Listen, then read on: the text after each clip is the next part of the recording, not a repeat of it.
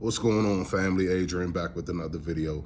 I wasn't planning on making a video on Christmas, but I was thinking about you guys and I thought, hey, some of our channel members may be fresh out of the discard and maybe alone this Christmas season. So I said, I'm gonna go ahead and drop a video just for our loved ones on the channel, man. So first, salute to the whole entire family, man. All of the new subs, thank you guys for being here.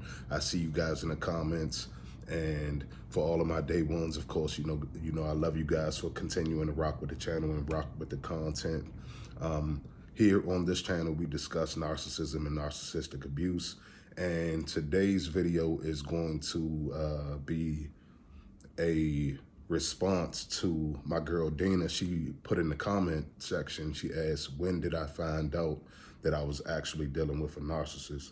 So I was actually going to respond in the comment section, but I said, you know what, let me go ahead and just do a video so that the whole family can kind of understand a little bit more of my story. I'm going to tell my full story, so this won't be a video containing my full story, but this is going to give you guys a lot of insight into what happened in my situation, how I discovered who I was, how I ended up realizing that I was a super empath, all of that kind of stuff.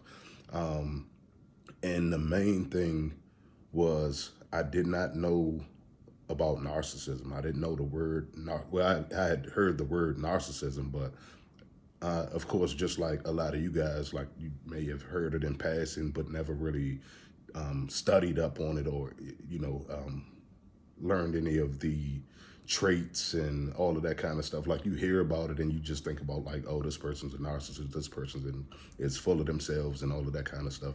But you don't know about the cycle of abuse. You don't know about the love bombing and, you know, the discard and, you know, the devaluation and all of that kind of stuff. So I was brand new to all of that. So I didn't have the terminology, but I had sense. Like it was, you know what I'm saying? Like basically I'm watching everything she's doing and I'm like, I hope she not doing what I think she doing, because I'm looking at the situation and I'm like, she must really think I'm, you know, boo-boo the damn fool if she think that, you know what I'm saying, I can't see what's going on. I'm not seeing. Now, me personally, a lot of times I'll sit back and I won't say a lot at first because I'm observing, I'm, you know, picking up on energy like a lot of you guys. I'm sure you are empathic and you can feel the vibe. Like you can feel when a vibe is off. You can feel when, you know, somebody is being dishonest or just disloyal or in any type of way or whatever the case may be. So seeing her, like how she moving, and I didn't have the terminology, but I knew every step of the way what she was doing, and I was counteracting it with logic every time. Like I've always, number one, I've always had a very logical way of arguing, like kind of like a lawyer a little bit. So even when I'm pissed off, even if I'm like, you know, even if I'm on 10, I may be pissed off and I might be, you know, amped and in my feelings, but what's usually coming out of my mouth, regardless of how harsh I might say it, it's usually very logical. So one thing about the narcissist, they don't come from a place of logic at all. So I'm seeing the play, basically. I'm seeing what she's doing and I'm like, hold on, wait a minute. So number one, this woman chased me like for 10 years. You know what I'm saying? Like literally off and on. Because you know the narcissist is hit or miss. Like they're gonna idolize you for a little while and then they're gonna drop you and then they're gonna go idolize somebody else and then they're gonna come back. Now, I didn't realize, of course, that I was being idolized and then devalued and left at the beginning of all of this, because it kind of started off as like a friends with benefits type of situation. And I had known her for a pretty we had history. Like, I'll tell you guys the full story on that, but we had some history. And with us having a history, and like I said, it kind of started from just like a friendship, like old friends, like, oh yeah, just getting back up and hanging out. And then it kind of developed into a friends with benefits type of situation where I was kind of, seeing where it was going to go and seeing if this was somebody that I could actually see myself being with like that. But every time that I would try to open myself up to that for her, she would stick around for a while and things would be going well. And then all of a sudden it would be, some type of life event going on. And then here comes the ghosting. But when she ghosted, because I wasn't expecting a whole lot from her at that time, or whatever the case may be, I wasn't expecting like, oh yeah, we're in a full-fledged relationship or whatever the case may be. So when she basically left the situation, first of all, she would always leave the situation in a manner of where she could come back, and she wasn't, the abuse hadn't started yet, I guess, if I could say it like that. Like, it probably, her cycle of abuse and her probably cheating and doing all of the kind of stuff behind my back, was probably already going on, but it wasn't something that I was checking for because I wasn't really in a place where I was like, I was on the fence on if I even wanted to be in a relationship. And she kind of played on that. She took advantage of the situation where it's like, okay, well, I can go over here and I can give him some sex and I can spend a little time with him and play like I'm his friend and all of that kind of stuff. And he'll take to me and I don't have to commit to him because he's not looking for committal or anything right now. So it was kind of like a perfect setup for her to just come in, spend a little time, and then she dashed out. Now, the first time she dashed out, I'm looking at the situation and I'm like, okay. Now, the first time she gave me some excuse like, some life events happen and, oh, I just had things going on, but, we still cool. I want to get up with you later, all of that kind of stuff. But that was just her keeping me on the hook, like they say, future faking, you know what I'm saying? So she disappeared for about a year and a half, and then she came back like nothing happened, you know what I'm saying? Like, she came back into the situation and we were still cool. And the first time, even though it didn't develop into a full-fledged relationship, we had a good time. We, of course, the love bombing and all of that kind of stuff. So she brought the love bomb back. So she brought the love bomb back. And when she brought the love bomb back the second time, it was a little more intensified. It was, so like I said, the first time it was like a low-key love bomb. Like, okay, yeah, she was kind of filling me out, I guess. She was building the compatibility up, I guess. So the first time it was like, okay, yeah. And then you got to think about if you have a bond with somebody already and then that person has gone and then they come back, the love bomb intensified. So the second time around, she heightened the love bomb and, and then basically it was the same cycle. And a few, about a year later, like it lasted for about a year again, and we're kicking it. And I'm like, now I'm getting a little bit older, and now I'm kind of like, well, what we gonna do? Like, I'm feeling you. Like, what's up? You know what I'm saying? And of course, I saw some of the red flags, but our vibe at that time was so good that, of course, I swept the red flags under the rug. And so, and the fact that we had the history that we had, I looked at it like she was, even though there were some red flags, I felt like she was a safe situation because of the history that we had. So it was mainly like what a lot of what got me trapped into the situation that I was in was the history that we had. And I didn't think that somebody that from the history that we had would move like she moved and do the things that she did. And I didn't think that the people around her, the flying monkeys and all of that kind of stuff, because of the history that we had, I didn't think that they would move how they moved in the situation either. So it was that back and forth, back and forth. And then the third time, the love bomb was intensified again. The love bomb got even stronger the third time.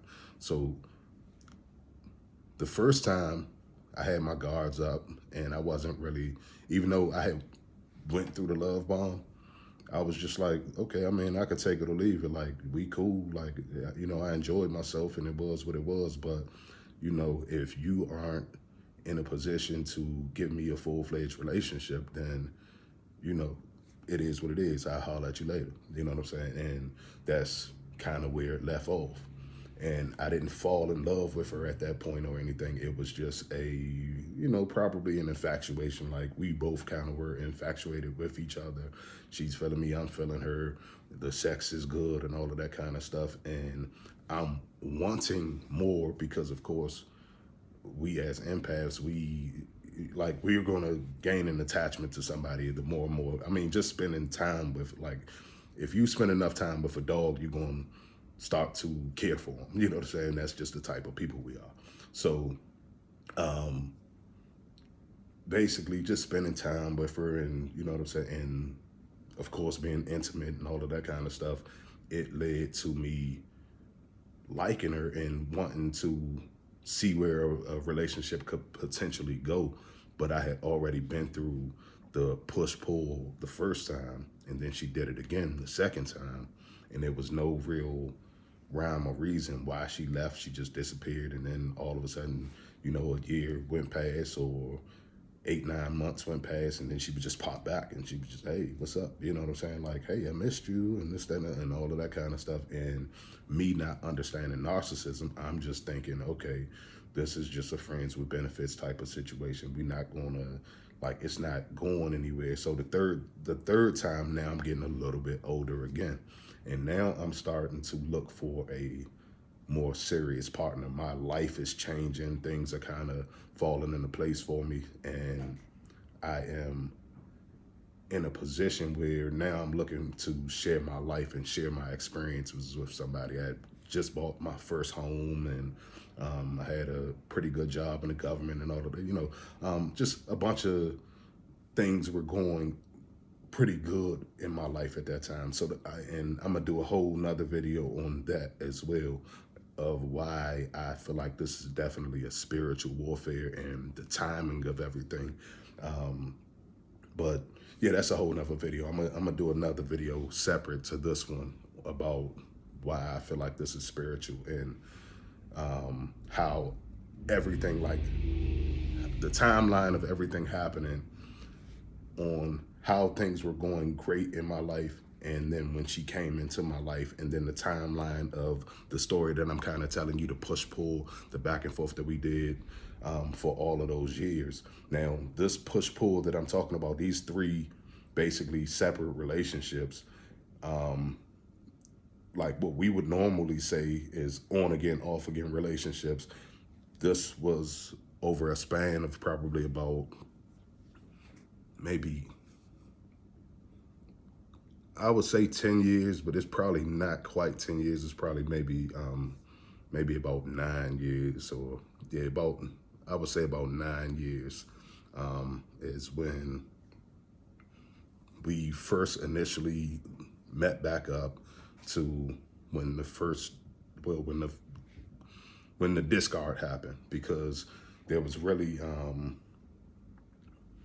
only one official, I guess, discard. And how I handled it once, because once again, that's the point of this video, is I could just see the play. I could see what she was doing. I could see how she was moving, and I wasn't giving her the reactions the whole time, because like I said, I'm coming from a logical place. So I'm seeing that, okay, number one, our entire relationship took place at my house, because as you guys know, the narcissist likes to isolate you. They like to have you alone and all of that kind of stuff. So she lived home with her mother.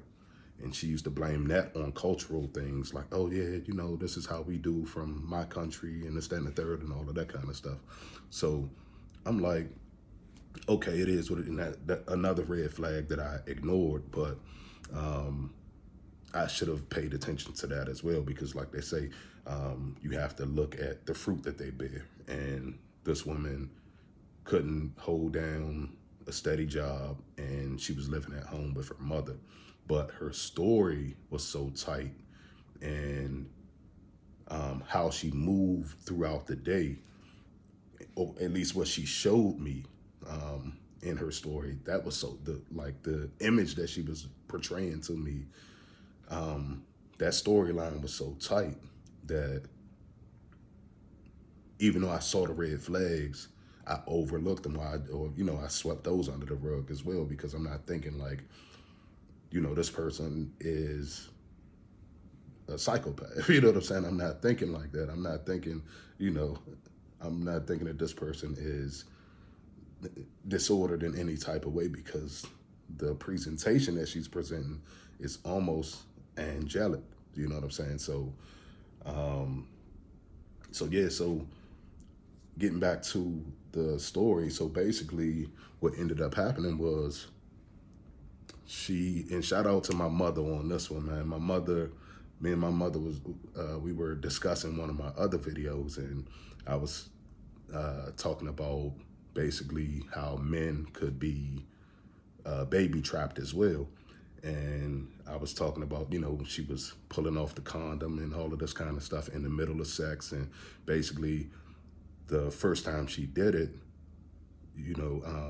I was like, hold on, wait a minute, what you doing? Like, we ain't in no position to be trying to bring no kids into the world and all of that kind of stuff. And she's like, I know. And she's basically still pulling it off. And she's giving me well, no, I can't get pregnant right now. And, she's basically lying to me, telling me she can't get pregnant. And she's showing me her ovulation calendar. And in the middle of it, she's continuously like pulling the condom off in the middle of sex. And like I said, shout out to my mother. I didn't even know it was a term for this, but my mother called it stealthing. And then I had to look it up. It actually is a term called stealthing, where people will poke holes in condoms or pull the condoms off and basically expose you to sexually transmitted diseases, babies, and all kinds of other stuff. So yeah, so basically, like I said, shout out to my mother on that because I didn't even know stealthing was a thing until she had mentioned it to me from watching one of my previous videos. She had explained to me, and I'm like, wow. And she's like, yeah, what you were saying. She was like, yeah, it's actually a thing. Like, it's laws in California being passed on stealthing as we speak right now. So I'm like, wow, that's crazy that it's so much of a problem that states are now creating laws to combat it and all of that kind of stuff. So that's showing you the seriousness of narcissism and how far reaching and how far spreading it is. So back to the story though. So basically she was stealthing and she kept lying to me, telling me that she wasn't trying to get pregnant. Then she got pregnant, of course. And then when she got pregnant, she ghosted me. So she got pregnant, and literally as soon as we found out she got pregnant, she started pulling away like that day. You know what I'm saying? Like that day I could feel her energy kind of like pulling away, like, okay. And she's coming up with all these little excuses and she's playing all of these games. And I'm seeing a game, so I'm like, wait a minute. Our entire relationship, like I was just telling you guys, our entire relationship took place at my house because, again, she wanted to isolate me from everybody. And so I had my own home and all of that kind of stuff. I was already isolated. So all she had to do was like basically come here and keep me here. So basically that's what she did. And our entire relationship took place at my house. I had only been to her house maybe once or twice for like a Christmas party or something like that. But so like I said, my entire relationship took place at my home. Now, as soon as she got pregnant, she ran back to her mother's house, and I was trying to contact her, and I'm like, hey, you know what I'm saying? Now, the first red flag, again, was as soon as she got pregnant, she told me she was pregnant and all of that kind of stuff. And I told you guys how she told me she was pregnant. If you guys have been following the channel, I don't want this video to be too long, but so I'll do a separate video and tell you guys how she explained to me that she was pregnant, how trifling that was in itself. But basically, after she found out she got pregnant, she ran back to her mother's house. Now, I had asked her, I'm like, listen, you pregnant with my child. You here at my house all the time anyway, because at this time she was like laying it on thick. So she was like right in her love bombing phase, and she was at my house all the time, like every day. I wake up in the morning, she's calling me, hey, what you doing?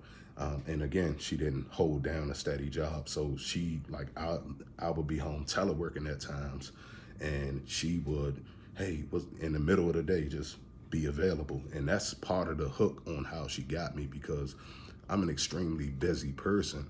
So normally I don't have a lot of time for anybody, but she was able to make time because her schedule was so open. So because she didn't have a job, and because she would dump her other child off on this family member or that family member, she always had all this extra free time. And so that to me was kind of exciting, because, you know, like she would sneak over in the middle of the day, give me a quickie, something like that. Or, you know what I'm saying? Not a quickie, but like a lunchtime special or something like that. And, you know, and I go back to work and I'm feeling great or whatever the case may be. And, you know, and that kind of thing. It's like, so I'm looking at the situation and I'm like, wait a minute, our whole entire situation, because that's what it was a situation. Our whole entire situation occurred at my house. Now, all of a sudden, you're pregnant, and now you're running back to your mother's house. So I'm like, oh, you want me to chase you? And so I immediately was like, let me ask you something. I'm looking at her and I'm like, let me ask you something. And she was like, yeah, what? And I'm like, have I chased you at any point in this situation? Have I ever chased you in all of these years? Have I ever been the one chasing you? No. And I say, well, what make you think that I'm gonna chase you now? Oh, you think that I'm gonna chase you because you pregnant? And so I could kind of see that like deflated her bubble a little bit, because she was expecting to run off to the other dude. And you know what I'm saying? Now, I didn't know that that's what she was doing at the time. But again, I'm seeing through the play. So she ghosted me. So basically she ran back to her mother's house and she started ghosting me. She started answering her phone less and less and less. And now I'm getting pissed off because she pregnant with my baby. And I'm like, how could you, what type of woman would chase me down for all of these years, finally get me into a position where you got me and you got me where you want me, and then throw it all away like that? So I'm like, this is crazy. Like, you know what I'm saying? So, but again, I'm not understanding narcissism. I didn't even know that this was a thing yet. But so what I was calling her, well, I'll tell y'all about that in a second. But so basically she started ghosting me. And when she started ghosting, that's when I was kind of like, oh, you want me to chase you? So I knew she wanted me to chase her. I knew that that's what she was doing. Then, so when she ghosted me, I played ghost too. Like, okay, it is what it is. Even though it tore me up inside, like, and that's the whole thing. She was pregnant with my child. So of course I am,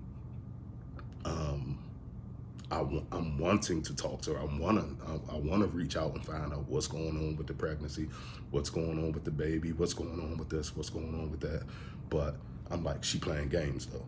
So when somebody started playing games like that with me, I I guess, go into like a mode of studying them. So I don't react right away. And that's the whole thing about, and that's why I said, I found out who I was, and I found out, the way that I was handling the situation, and the way I wasn't giving her any of the reactions that she was expecting.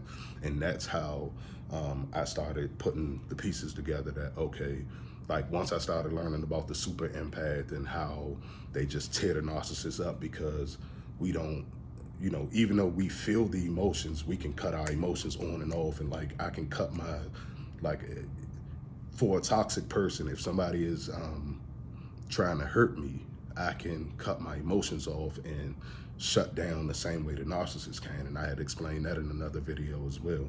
But basically, after after I saw that, okay, you're, number one, you're trying to get me to chase you. I'm not gonna chase you. I don't care if you're pregnant or not, I'm not gonna chase you. So that kind of deflated that bubble.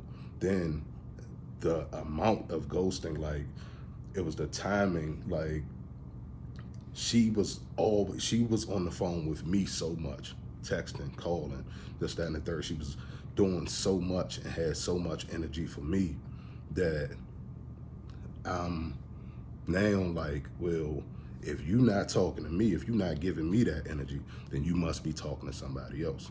Now, again, I didn't know about narcissism or anything like that, but I'm like, okay, somebody else got your attention. Now, again, still didn't know about narcissism. I didn't know the term, but I'm like, okay, so now I'm thinking logically again. I said, she over there trying to basically love bomb her next victim, love bomb her next dude before she starts showing. Before she starts having that baby bump, she needs to go over there, skate over here, fuck on dude for, the next couple months before she started really showing. And then, she got a little wild because, her belly wasn't, she already had a little slight belly anyway. But then,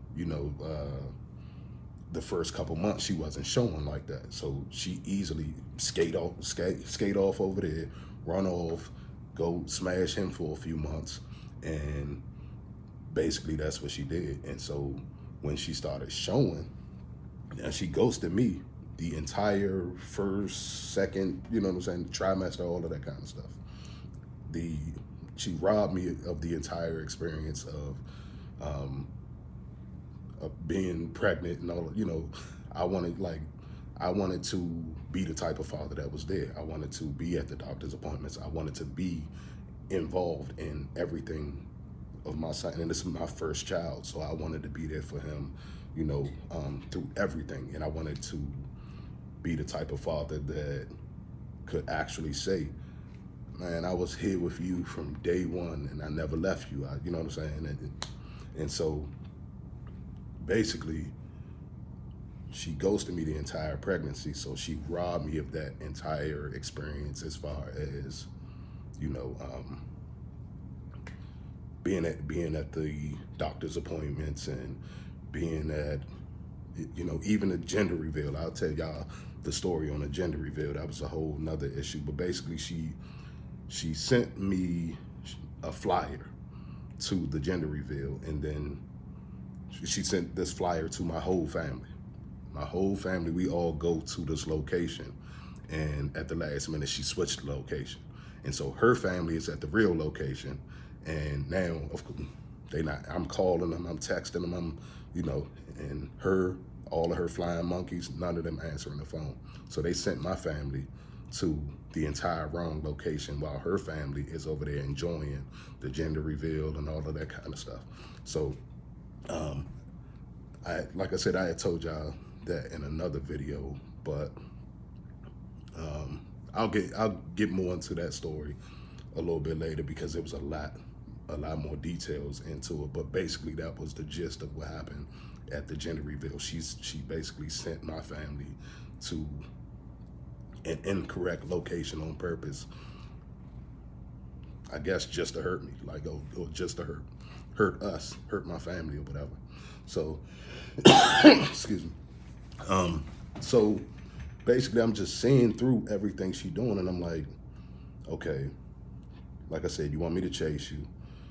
You're not talking to me, so you must be talking to another dude.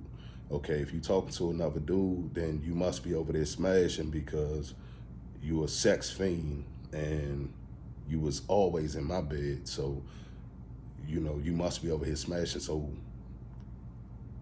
only thing that I could think is you smashing because you about to be shown. And you need to get somebody else on the hook before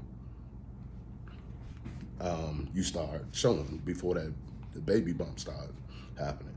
Now, she hid the new supply very well. She hid them like she hid them very well. But again, me just using my logic, I'm like, it's another dude in the picture. Like, obviously, you know what I'm saying? It's that's obvious. So number one, I'm not gonna chase you. Number two, I'm not gonna give you the energy that you asking me for. Number three, even though you're pregnant, you know what I'm saying, and I want to come over there and do something to your whole family. I want to do, you know what I'm saying? Like, I'm pissed off at this point, and I am like, I can't believe it's happening. I can't believe that, a person that I trusted is acting like this. I couldn't believe any of the situation because, of course, and I'm sure you guys can relate to that. It's like this person literally was angelic 24 hours before this. Like, literally, like, her mask slipped, and when I say it slipped so fast. I tell people, it's funny that I tell people I literally fell in love with her for about 10 days because from the time I actually found out she was having my baby, and now I'm like having those feelings of like, oh man, you know what I'm saying? That's what's up. Like, okay, I got a child on the way finally. I'm in what I thought was a healthy relationship that lasted literally all of about 10 days, from me actually feeling like I was in love with her to me hating her guts. Like, it lasted literally for about 10 days. Now, we had about a 10-year relationship, but all of that extra time, it was like me catching red flags and all of that kind of stuff. Now, I liked her, but I didn't love her. And when I finally did start loving her, that's when all hell broke loose. Like, all hell literally broke loose. And that's why I say I went from loving her to not being able to stand her all within like 10 days. Like, that's how fast the shit happened. You know what I'm saying? Like, I can't make it up. So, yeah, I'm just catching her in all the lies. And I'm like, now again, I didn't know the term narcissism, but so I called her a black widow. That's what I like when everything first started happening. I was like, oh, I'm sitting back and I'm catching it. I'm like, okay, you want me to chase you? Oh, you got another dude. Oh, you off to your next victim, huh? You a black widow. Oh, okay, I got you. You know what I'm saying? So I'm calling her, and me not knowing about narcissism and not realizing I'm calling her out so honestly that everything that I'm calling out was probably causing a narcissistic injury, and I didn't realize it. So I didn't even know the dangers of what I was doing at the time, as far as pushing her nerves or calling her out on stuff, because I didn't understand narcissism at the time. I was just being honest with this. I'm like, you think I'm stupid? You think, oh, I didn't caught you in this, I didn't caught you in that, I didn't caught you in this, I didn't caught you in that, and you still like trying to lie to me?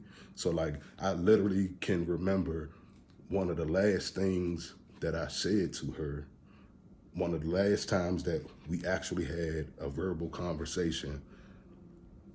She was telling so many lies, and I had caught her in so many lies that I literally couldn't do nothing. I looked at her and I was like, you a fucking idiot. That's all I could. I was like, you are a fucking idiot. Like you are seriously. And I hope YouTube don't block me, y'all. You know what I'm saying? Like I don't curse a lot in my videos, but I just wanted to kind of get the point across that I'm like, I'm catching you in every single lie, and you keep trying to lie to me. You continue to add yeast to the lies. Like you add more and more and more to the lies, and it's building up and building up and building up, and it's like it's making the situation worse. And you have kids involved. You have not only the child that we have, but you have another son involved, and then you have his father involved, and then you have your family involved, and then you have my family involved. And I'm like, you are a fucking idiot. I can't believe that you would think that you was gonna get away with this. Like, I'm catching her in everything, and the whole time I'm causing narcissistic injuries. She's giving me the silent treatment because she couldn't lie no more. Like, I had boxed her all the way into a situation where she literally couldn't lie anymore. And even when she tried to lie, it was her story was unraveling even more and even more and even more. So I didn't know, back to Dana, man. Dana, I didn't know that it was narcissism, but I knew it was a bunch of bullshit, and I wasn't going for it. And basically what ended up happening was I called her out for being a black widow, not knowing the terms of narcissism. I didn't find out it was narcissism until probably about 6 months after this, because, and it's crazy how I found out about narcissism. And I wasn't, okay, at the beginning, I was Googling stuff like manipulative women, manipulative, like, women who manipulate and this, that, and the third. So I was Googling stuff like that, and it was popping up with all of these, and it was popping up with all these, signs of a manipulative woman, and it had all of these different videos. But I had stopped searching that kind of stuff because I pretty much had all the answers that I needed. I knew something was wrong with her, and I needed to get out of that situation. That was enough. That's what I know. That's what I knew. Now, again, me knowing that, I had already went no contact. I had already pretty much cut the whole situation off, but I still didn't know what it was. I still was trying to figure, like, what is it? What is it? What it like? And so one day I'm real into the ID channel. I'm real into First 48 and all of that kind of stuff. And I was a criminal justice major when I was in college. And that's another thing. It's like you are telling so many different lies to a person that basically, this is what I do. Like, this is like, even on my full-time job, I do background investigations right now on my full-time job. Like, but it's literally like, you're going to try to, you're going to try to play. You was literally gonna try to sit here and play me and lie and think that I was just gonna fall for that dumb shit. Like, I couldn't believe, and that's what probably hurt me the most, is that you tried to, like, play my intelligence. You really thought that you really thought you had me wrapped around your finger that tough that I was going to fall for that.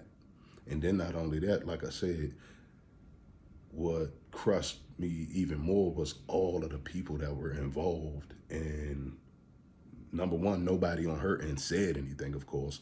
And then number two, she don't have no qualms on how she hurt so many different people, not just me, but like I said, we have children involved. Like, she has an older son. He sees what's going on. He's about 12 or 13 now, so he's seeing, like, something not right in this situation. Like, okay, my mother was just with him. Now she done left him. Now she with him. Okay, that situation kind of, falling apart or about to blow up or whatever the case may be. Like, it's so much trash in the situation, y'all. It's so much, like, I'd be here for hours explaining this shit to y'all. But basically, I wanted to give y'all a Christmas special, I guess, and I wanted to go ahead and get that video out the way for Dana. I hope you guys enjoy your Christmas. I wish you a very happy and successful 2022. I will be here making videos, God willing. I will be here, throughout 2022 and beyond to help you guys through your journey, man. Love you guys. I'll talk to you soon. Salute.